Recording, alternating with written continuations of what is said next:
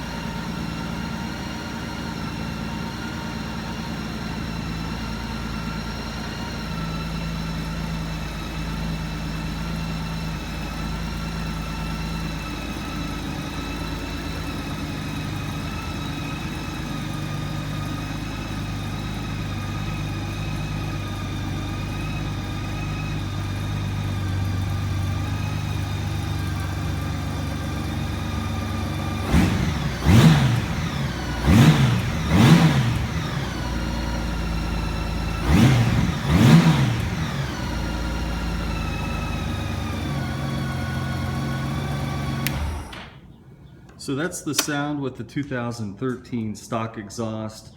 I don't know if you guys noticed, but this is a basically brand new bike. It's got 20 miles on it, and I will go ahead and post a new video here in just a moment with the black 2015 exhaust on this bike. Thanks.